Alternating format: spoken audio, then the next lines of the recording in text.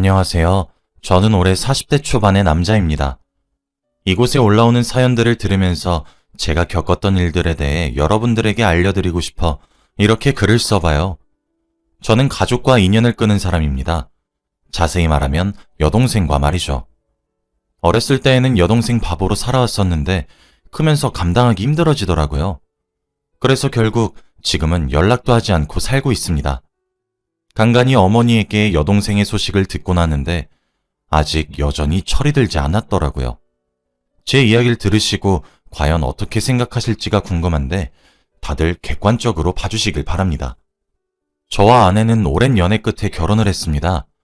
아내는 제가 본 여자들 중에서 가장 아름다웠고 순하고 착한 여자예요. 지금도 여전히 남들 챙기느라 스스로는 돌보지 못하는 여자입니다. 저는 이 여자의 선함과 아름다운 미모에 반했고 끈질긴 제 대시 끝에 연애를 하게 되었죠. 연애를 하면서도 와, 천사가 있다면 이럴까? 싶을 정도로 너무 착하더라고요. 자기가 피해를 보더라도 항상 남부터 생각하는 이 사람을 보고 저도 정말 많이 변했습니다. 저희는 오랜 기간 동안 뜨거운 연애를 했고 결혼 적령기가 되어서 결혼을 하기로 했어요. 저는 로맨틱하게 프로포즈를 했고 다행히도 제 여자친구는 청혼을 받아주었습니다. 그렇게 속전속결로 결혼식을 준비했어요. 제대로 된 결혼을 준비하기 전에 양가 부모님께 인사를 드려야 하잖아요. 저는 결혼하기 전부터 장모님, 장인어른 하면서 친하게 지냈기에 아내의 집에 가서 결혼 허락을 받는 건 쉬웠습니다. 그런데 문제는 저희 집이었어요. 저희 집에는 악마 한 명이 살고 있었습니다. 그건 바로 여동생이에요. 다들 저희 어머니라고 생각을 했겠지만 저희 집의 여동생은 정말 철부지입니다. 사실 여동생은 집에서 거의 포기한 자식이라고 생각하면 될 것 같아요. 어렸을 때부터 매일같이 사고를 치고 다녀서 어머니가 많이 고생하셨거든요. 항상 합의금이나 병원비로 동생한테 돈이 다 들어갔고 학교는 또 중퇴를 해서 중졸입니다. 그런데 지금 성인이 되었는데도 여전해요. 일을 구하면 3달 이상 한 적이 없습니다. 같이 일하는 사람이 마음에 안 든다, 돈을 너무 적게 준다, 일이 너무 어렵다, 집이랑 멀다 등등 온갖 핑계를 대면서 일을 하지 않죠. 당연히 일을 하지 않으니까 돈을 벌 수 없잖아요. 그런데 그때마다 어머니가 여동생한테 용돈을 한 푼 두 푼 쥐어줍니다. 저 몰래 말이죠. 제가 맨날 어머니한테 여동생 버릇 못 고친다고 용돈 주지 말라고 하지만 그래도 엄만데 어떻게 딸에게 안 줄 수 있겠나요? 저도 그 마음 다 이해하지만 여동생은 고마워하는 마음 하나도 없이 오히려 어머니에게 돈을 뜯어갔습니다. 돈을 주지 않으면 생떼를 부리고 난리를 피웠거든요. 아직도 어린아이 같고 이런 애를 어머니가 감당해야 하는 게 너무 안타까웠죠. 저희 집에서 여동생은 건들면 터질 것 같은 시한폭탄 같은 존재였습니다. 제 아내도 제 여동생의 그런 부분을 다 알아요. 저와 만난 지 오래됐으니까 제가 몇 번 말해준 적도 있었고 저희 집에 놀러왔을 때도 몇 번 여동생에게 당한 적이 있거든요. 그래서 저희들 다 마음 단단히 붙잡고 어머니와 여동생에게 인사를 드리러 갔죠. 제발 무사히 지나갔으면 좋겠다고 생각했지만 전혀 제 생각처럼 굴러가지 않더라고요. 저희 집에 아내를 불러 같이 결혼에 대한 이야기를 나누었습니다. 저희 어머니는 워낙 여자친구를 아끼고 좋아하셔서 싱글벙글 웃고 계셨는데 동생은 그러지 않았습니다. 전형적인 시누이의 모습이었죠. 팔짱을 끼고 다리를 꼬은 채로 여자친구를 위아래로 훑고 있었어요. 셋이서 하하호호 이야기를 나눌 동안 한마디도 하지 않았습니다. 그리고 식사가 끝나고 커피와 디저트를 먹을 때까지 아무 말도 하지 않았죠. 이제 대화가 다 끝나서 일어나고 여자친구를 보낼 때가 되었습니다. 그런데 그때 동생이 첫 마디를 내뱉더라고요. 우리 귀한 오빠 얼마나 대단한 여자가 홀렸나 했더니 그쪽이었어요? 오빠 눈이 이렇게 낮았어? 동생은 여자친구를 빤히 쳐다보면서 이런 예의 없는 말을 내뱉었습니다. 저는 속으로 왠지 조용하다 했다. 이제 시작됐네. 라고 생각을 했고 얼른 여자친구와 같이 집에서 나가려고 했습니다. 그런데 여자친구는 착한 성격 탓 때문인 건지 웃더라고요. 여동생은 웃는 여자친구의 모습이 마음에 들지 않았는지 갑자기 오만 질문을 하기 시작했습니다. 언니, 지금 모아둔 돈 얼마나 있어요? 월급은 얼마예요? 신혼집은 어디로 구할 거예요? 이것뿐만 아니라 더 무례한 질문들도 서스럼 없이 했죠. 저는 동생에게 하지 말라고 일침을 날린 뒤 집에서 얼른 여자친구를 끌고 나가려고 했지만 여자친구는 나가면서 죄송해요. 나중에 다 알려드릴게요. 했습니다. 제가 집에서 나와 그런 거 알려줄 필요 없다고 그냥 여동생은 너 놀리려고 그런 거라고 말했지만 여자친구는 그래도 처음 정식적으로 인사드리는 자리인데 무시할 순 없잖아. 그래도 신우인데 라고 하더라고요. 이런 착한 여자친구를 보니까 앞길이 너무 막막했습니다. 제 여동생의 굴레에서 어떻게 벗어날까 싶더라고요. 아무쪼록 저희는 양가의 결혼 허락을 다 받았고 이제 상견례를 하면 되었습니다. 상견례도 며칠 지나지 않아 바로 일정을 잡았고 양가 부모님들께서 다 오셨죠. 그때 왠지 가족이 된 것 같은 기분이 드니 되게 신기하고 묘하더라고요. 여자친구도 저와 똑같은 감정이었는지 기대에 부푼 표정이었습니다.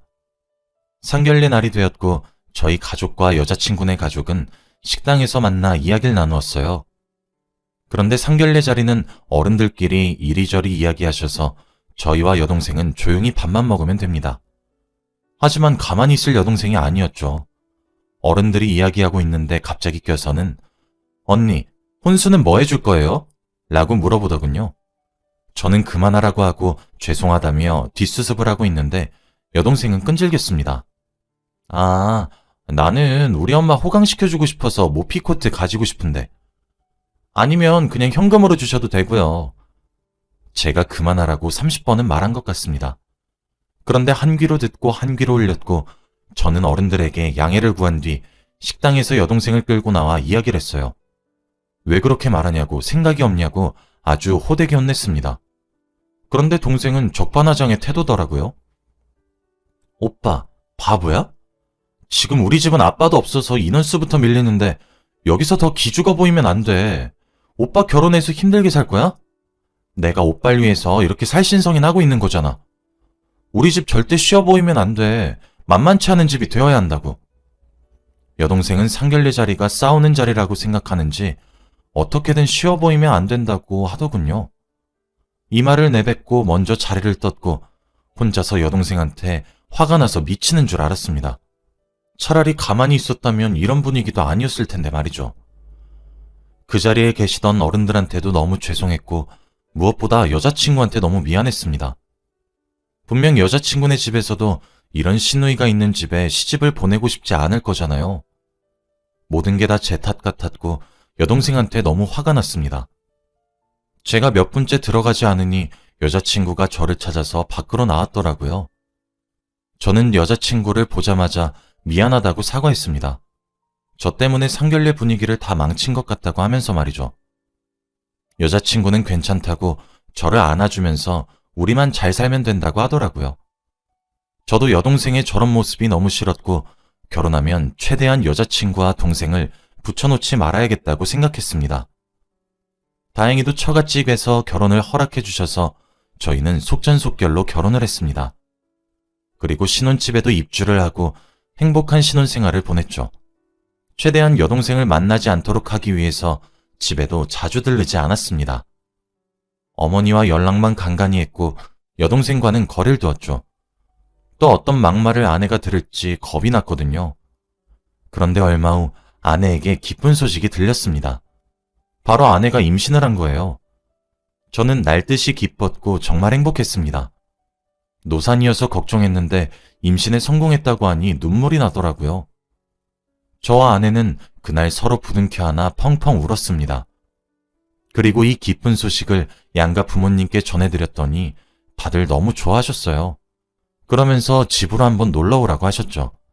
밥 한 끼 하자면서 말입니다. 저희 부부는 오랜만에 저희 집으로 가서 밥도 먹고 출산에 대한 이야기도 나누었어요. 그런데 그날 다행히도 여동생이 집에 없어서 셋이서 평화로운 시간을 보냈습니다. 한번 다시 발을 들이니까 자주 가게 되더라고요. 다행히도 갈 때마다 여동생이 요즘 뭐라고 다니는지 계속 집에 없었죠.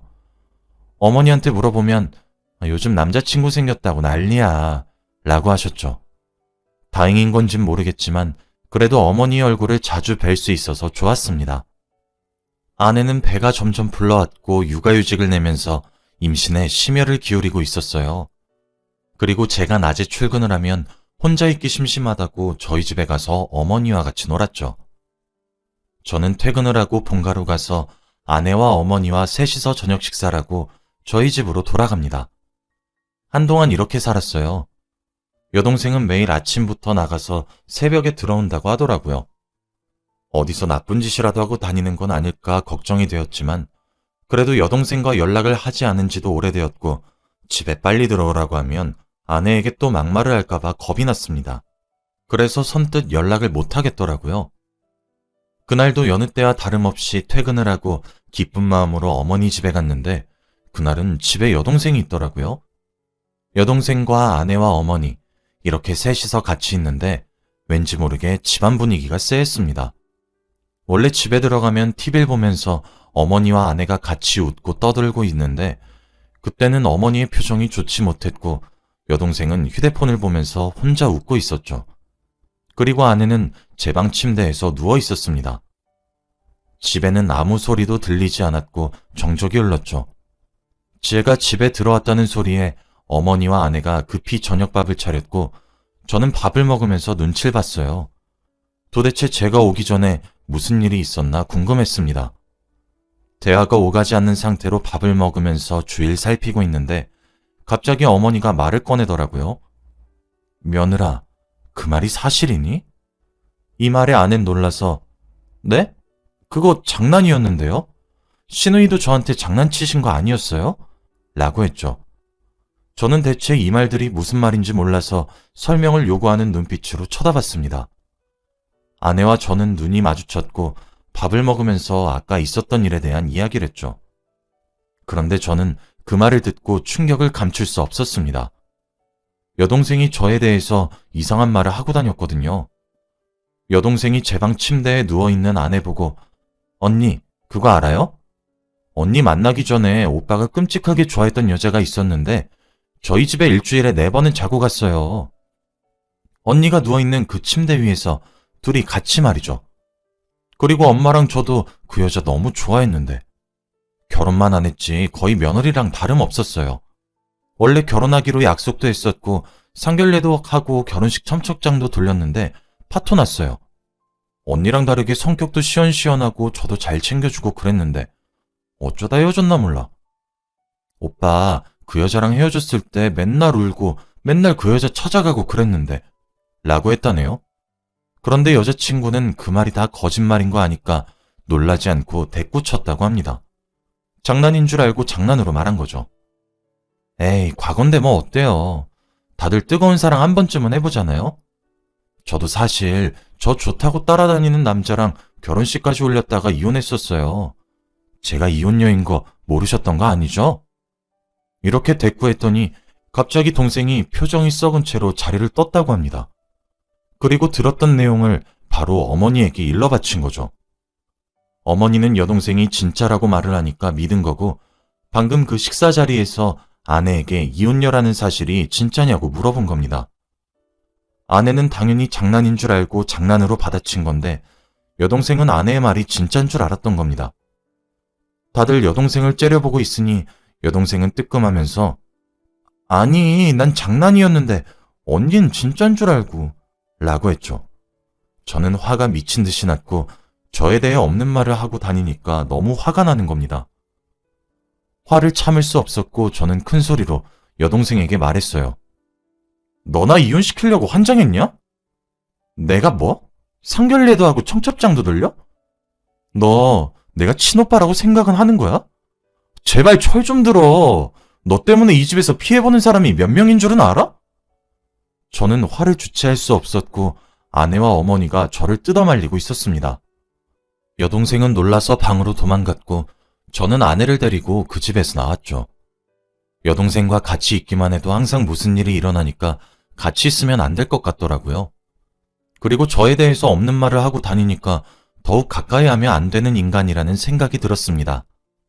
아무리 장난이라고 해도 저건 도가 너무 지나치잖아요. 다행히도 아내가 장난이란 것을 알아서 다행이었지. 만약 그 말을 믿었다면 어떡하나요? 생각만 해도 끔찍합니다. 그 뒤로 저는 절대 연락을 하지 않았어요. 집에 찾아가지도 않았고 저와 아내는 둘이서만 시간을 보냈죠. 그리고 아이를 낳고 나서도 연락을 하지 않았습니다. 간간히 어머니께서 저희 집으로 직접 오셨어요. 그 일이 있고 나서 언제 여동생이 집에 들어올지 모르니 차라리 자기가 저희 집으로 오겠다고 하면서 말이죠. 아기를 낳고 어머니의 많은 도움으로 조금 수월하게 육아를 할 수 있었습니다. 여동생은 저에게 빈정이 상한 건지 사과를 하기 싫은 건지 연락이 전혀 없다가 아이가 100일이 되니까 슬금슬금 연락을 하기 시작하더라고요.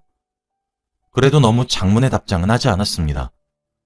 여동생이 말투를 살살 굴리면서 다시 예전처럼 친한 사이로 지내고 싶어 하는 것 같더라고요. 저는 다시 예전처럼 지내고 싶다면 새언니한테 사과하라고 못 박았어요. 그런데 그건 자기 자존심이 상해서 안 되겠다고 하더라고요. 그러면서 저에게 나도 이제 하나의 엄마가 될 사람인데 그래도 자존심은 지켜야 하지 않겠어? 라고 했죠. 그 말을 듣고 머릿속이 새하얘졌습니다. 동생이 엄마가 된다뇨? 저는 당장 집으로 튀어오라고 했고 저희 넷이서 이야기를 들었습니다. 여동생은 저와 그런 일이 있고 집에 들어오기 싫어서 사귀고 있던 남자친구와 같이 살았대요. 너무 잘 맞고 서로 사랑하다 보니 둘 사이에 아이가 생겼다고 합니다. 그래서 아이를 꼭 낳고 싶다고 하더라고요.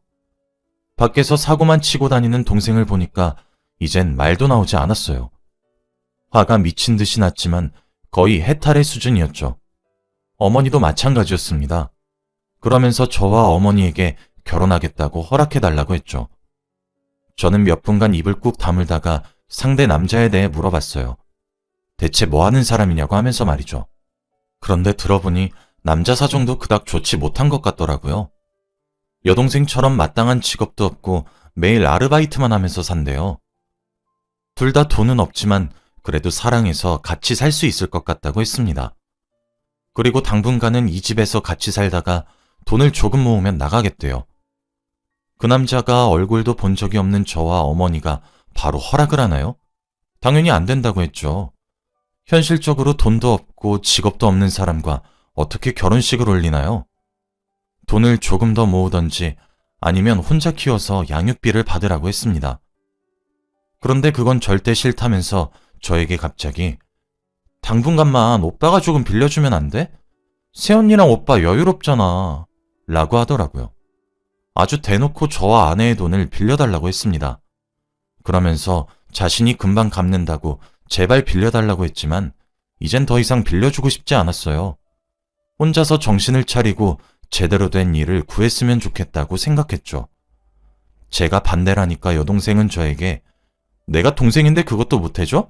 나 임신해서 일도 못한다니까? 라고 하며 적반하장의 태도였지만 저는 단호하게 안 된다고 반대했습니다. 그리고 아내를 데리고 집에 돌아왔어요. 혹시라도 여동생이 착한 아내에게 연락을 해서 돈을 달라고 할까봐 아내에게도 미리 말했습니다. 절대 돈 빌려주지 말라고 하면서 말이죠. 그러면 절대 저 버릇 못 고친다고 했습니다. 그리고 그 뒤로 단 한 번도 연락하지 않았는데 어머니 말을 들어보니 임신 중이라고 하더라고요. 그 남자는 저에게 인사 한 번 오지 않았고 저희 집에서 살고 있지도 않습니다. 오빠로서 이러면 안 되긴 하지만 너무 한심하고 부끄러워요. 평생 여동생 하나만 보고 살아왔는데 항상 제 억장을 무너지게 하니까 씁쓸합니다. 제발 이제는 여동생이 사고치지 않고 행복하게 지냈으면 좋겠어요. 어머니 고생도 조금 그만 시켰으면 하고요. 제 이야기는 여기까지입니다. 들어주셔서 감사합니다.